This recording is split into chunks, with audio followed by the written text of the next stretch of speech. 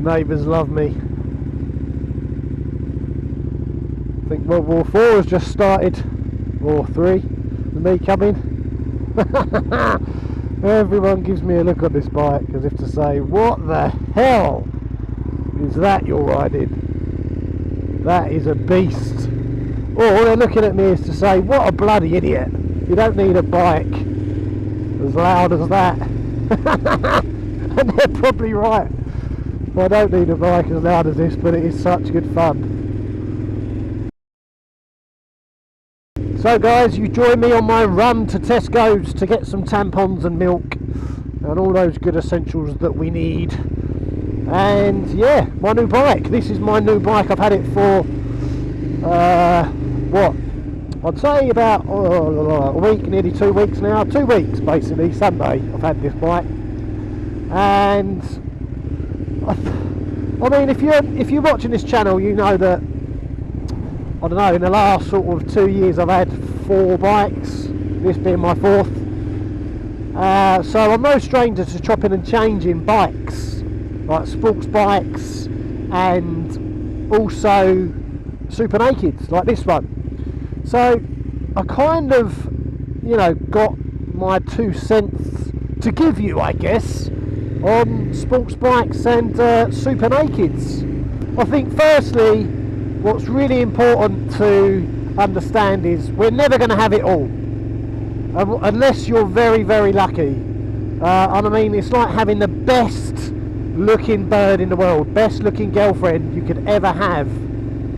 She's just like, I don't know, I'm trying to think of someone really perfect to think of, like Megan Fox looking, but you know, they're going to cook and clean for you and do your washing and pick up your pants off the floor. It's just not going to happen. You're going to have a Megan Fox that's really, really good looking, but chances are it's going to cost you a few quid to keep her, because she's going to be wanting to be in, you know, Louis Vuitton and Gucci and all that sort of good stuff, but she's not going to clean your pants. So you best be able to afford a good cleaner if you have that sort of lady in your life.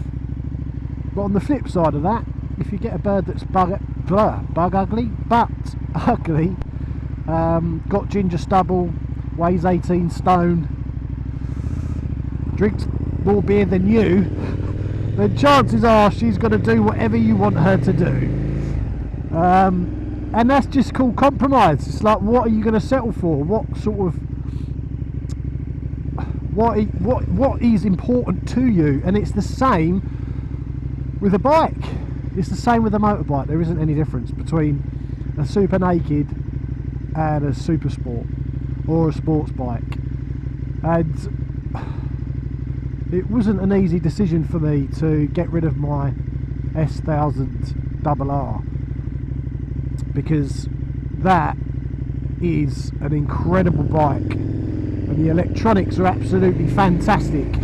But the trouble is with sports bikes or super bikes for the road is the spot in the rev range where you're having the real fun, if I'm honest, is at the point where you're going to lose your license for the type of speed you're doing. And I know my S1000RR as a scenario, in first gear that hits 90 miles an hour in first gear. And when people say that, you kind of raise your eyebrows and go, yeah, alright mate, fair enough. But no, it really does hit 90 miles an hour in first gear, and it just goes on and on and on and on. And that is the beauty with sports bikes. They're designed for a racetrack ultimately. You know, first and second gear, you're doing JR speeds in first and second gear, and for the racetrack that's fine, but on the road it's just not necessary. It is great fun, and look, if I had my way, I would have a sports bike and a super naked sitting in the garage. I'd have an adventure tourer, I'd have a Harley, I'd have them all. But that's just not reality, because one, the big one, is time. You know, I haven't got time to just go out and riding bikes all day every day. It's a case of, look, I go out for a little bit of fun and I have to choose one bike. And that's the first thing. Second thing obviously is money. Like my double R and this, you know, that's over 20 grand's worth of bikes just sitting in my garage, which is absolutely stupid really, to do, which I could do, but I'd rather keep the money sitting in my bank, to be honest. So the thing with sports bikes, as I said, they are designed to have that top end power, the majority of them, where the real fun kicks in after 4,000 RPM, 5,000 RPM, and that's where things really get interested on a sports bike. And even then they're just going and going and going and going before you have to change gear. They're absolutely incredible and fantastic pieces of engineering, and quite frankly I'm not quite sure how they're legal on the road. And that's always brought me on to like the Super Nakeds. That's why I've swayed away from the Super Nakeds, sorry, the sports bikes, because the Super Nakeds were kind of like a good compromise. They still have all of the power and the comfortability, and they're tuned slightly differently.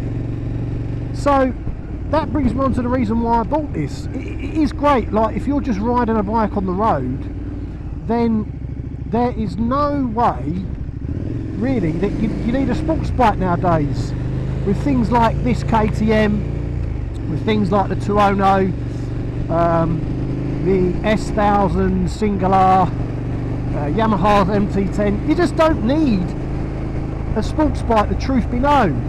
The reason you would have a sports bike, one of two things though, the benefit of a sports bike while I'm just talking, and again, this stuff isn't scripted, I'm no Steven Spielberg, this is all off the top of my head. With a sports bike, one thing I would say is the handling compared to Super Nakeds, you can't beat it. It don't matter what bike it is, even an Aprilia Tuono, which I haven't rode yet, but it's still not going to be as good, the handling, because there isn't as much front weight sitting on the front wheel, because you're not leant over.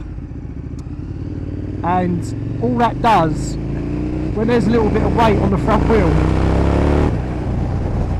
all that does is keep the front wheel planted. And that's another thing with a sports bike that I absolutely love, the handling of them and how smooth they are. I mean, the only real Super Naked that I haven't ridden yet is, well, two. I haven't ridden the Aprilia Tuono. Okay, mate.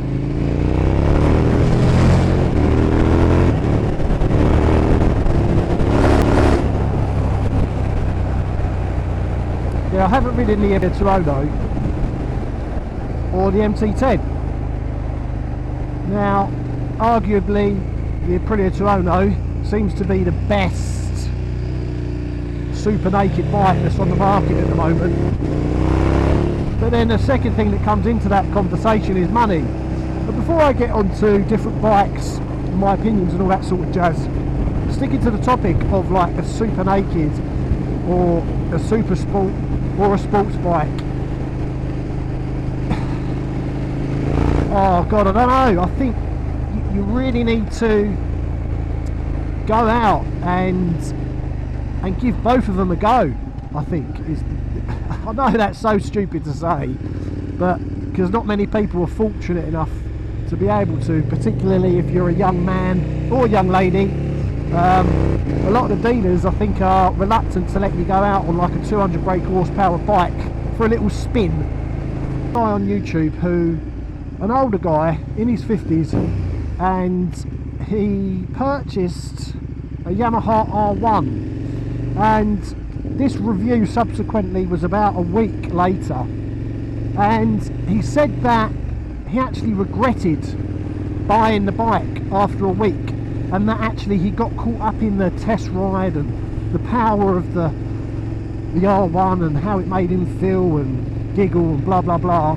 But then when you start to live with a bike and you go and get a pint of milk on it, if that's what you're going to do, and you use it to chill out on a Friday after work to decompress a little bit, or at the weekend, you don't necessarily want to be doing 150 mile an hour everywhere in first and second gear. You kind of just want to poodle around, You might just want to get a coffee and a bacon sandwich and just escape the town or county that you live in. And the reason I say that is because, come on in, come in, see it all clear. I'm such a polite guy. She does the, well, she did say thank you, didn't she? So, but yeah, my point being is, necessarily you don't want to be going around, you know, on a bike when you want to relax at 150 mile an hour, and sometimes you do, and that's why super bike sales, I think, or why super bikes are still being sold, because clearly people still want that thrill, I guess, of a Sunday morning blast doing 150 mile an hour. And the reason I say that is because it wasn't an easy decision for me to sell my S1000RR for this, because that S1000RR, it's such a great bike. The electronic suite on it is absolutely world class. Everything about that bike, it was so tight. The only thing it lacked was a little bit of occasion noise from the engine, and that was really about it. But everything else on it was just spot on. But now, in comparison to this, you know, with the S1000RR, again, it's got some grunt, the S1000RR. Now, I had the 3rd generation and I rode the 4th generation, and the 4th generation, the new S1000RR, has the new, what do you call it, the shift cam technology, where the cams move around to give it more grunt when you need it and all that sort of jazz, and that does work really, really well, because I've rode generation 4. But you know, when I test rode the 4th generation S1000RR, I really liked it. I was like, this is an improvement.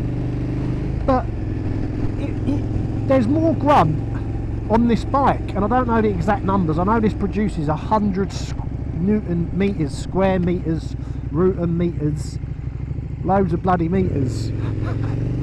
Like literally 2,000 RPM. Literally, you turn the throttle with this, and the power on this is instantaneous. Literally, whatever gear you're in, whatever speed you're doing, this bike, compared to the RR, even the 4th generation RR, I would prefer this bike for the road. Now, if I did have my way, obviously I would have a sports bike in the garage as well, because I do miss the RR. I do miss it. There are some days where I'm like, do you know what? I wish I had my RR, because it is just such a good bike. It is such a good bike, and it goes back to my first analogy of having a good looking bird. You know, it's nice to have a good looking girlfriend that makes you a sandwich and irons your pants, but if she isn't going to be any good at playtime, if you know what I mean, it's like, nah, I do miss Mary playing with my dinky doodah. Now, with that said, I mean, it's so subjective. Who knows how to ride a bike and who doesn't, blah blah blah. That's like a whole other video, I guess. But with the Super Nakeds, like, there isn't the need to go 150 mile an hour everywhere. That's one thing I like about them. And with the S1000RR, the Super Sport, if I'm honest with you, I was a little bit concerned about my license. I was a little bit concerned with my license, because yeah, look, I've spent my fair share of days and hours on a racetrack, and yeah, I guess on a road I wouldn't have had my license very long. And that brings me on to the benefits of these little puppies, these Super Nakeds. They are just for the road. If you're not going to be doing track days, and even then, if you are going to be doing track days, these would still be great fun. I can't say that I don't see the need for a sports bike on the road. I'm not going to say that because I'm probably going to end up buying another sports bike next to this at some point. There's a couple of other things I've got to do financially first, to be honest with you.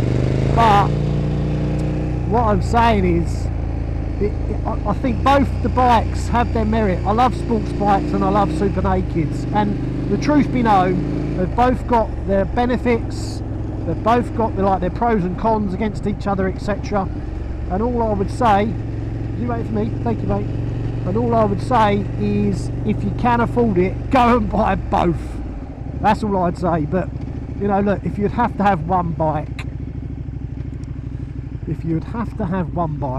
and I guess that sums up this video really, there's got to be a Super Naked. There's got to be a Super Naked. And the 2 bikes, or 3 bikes that I would recommend, 4 bikes to go and have a look at is obviously this KTM Super Duke. This is such an amazing motorcycle. The Aprilia 200, Yamaha's MT10 and BMW's S1000RR. Have a look at those motorcycles. Obviously, depending on your bank balance, that's going to be a huge decision for what bike you get out of, say, those 4 if you're looking at a Super Naked. But yeah, you get a lot for your money with those bikes. So guys, that's just my 2 cents on Super Nakeds versus, I'm thinking oh, I need a coffee. So guys, that's my 2 cents on Super Nakeds versus Super bikes, sports bikes really. I'm interested to hear what you think. Do you think that super sports are the only way forward? Do you think like sports bikes are the be all and end all? It seems to me that they're phasing them out a little bit with the extinction of the R6. For argument's sake, Yamaha aren't making that bike anymore. Or do you think Super Nakeds are the future? They are the way forward. They're going to be taking over the world. I'm interested to hear from you. But again guys, if you like this content, please consider to give it a thumbs up, like, comment, subscribe and all that good stuff, and I'll see you in the next one.